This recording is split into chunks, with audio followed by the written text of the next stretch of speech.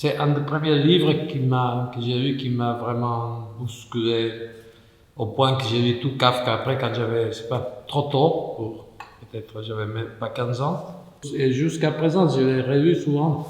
C'est un des textes du XXe siècle qui, qui, qui m'ont marqué et qui est très plastique. C'est curieux parce qu'il y a une absence totale, il n'y a pas d'image, il n'y a pas de métaphore, il n'y a pas presque pas d'adjectif, mais c'est extrêmement plastique. Dans ce sens, c'est comme un tableau contemporain, comme une peinture, comme un tableau qui n'est que peinture. Kafka, la métaphore n'est que littérature. Et puis c'est curieux parce que une des choses dont je me suis aperçu assez vite, quand je l'ai relu maintenant, c'est que ce changement, c'est un changement général, c'est le monde qui change, la famille, le père, la mère, la sœur de Gregorio Samsa, et ceux qui ne changent pas, c'est Gregorio Samsa. Lui, il reste un scarabée du début à la fin. J'ai même fait son arbre généalogique quelque part dans le livre pour montrer comme un peu ces cartes de loi de Mendel, pour voir d'où ça vient, comment on arrive à ça. Et je pense qu'il y a une espèce de, comme toute grande œuvre d'art, c'est le prémonitoire de ces mouvements antisémites qui montaient partout. C'est prémonitoire d'une espèce de désagrégement total. Et je pense que Kafka avait des antennes très fines et il sentait très fort tous ces dangers qui montaient de partout. C'est curieux parce que maintenant on le voit à la lumière de maintenant et ça nous semble un texte qui correspond exactement à ce qui se passe.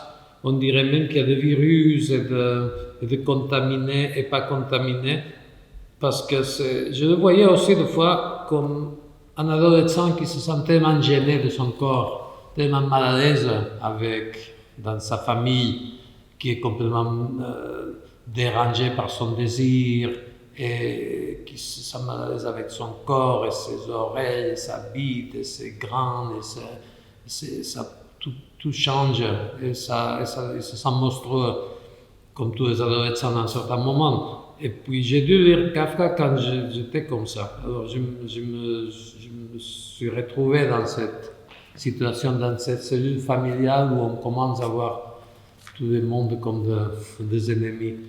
Et c'est curieux, j'ai fait ce livre quand j'ai commencé à travailler sur ça, je ne voulais pas faire des illustrations parce que c'est quelque chose que je ne sais pas vraiment faire, de suivre la ligne.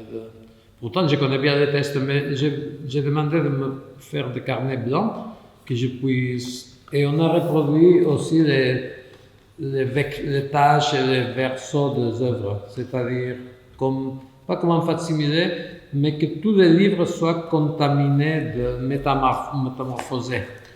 Alors, j'ai fait que de double pages et de pleine page, pas de vignettes et le texte et l'image, c'est fait pour être un livre, pas avec des aquarelles à côté. C'est pas un catalogue, c'est un livre. Et puis je l'ai fait donc au sud de la Thaïlande, donc très loin de Prague, et avec des couleurs très peu pragois. Et puis je trouvais l'alchimie ne ment jamais, nous ramène toujours à la vérité intime des choses.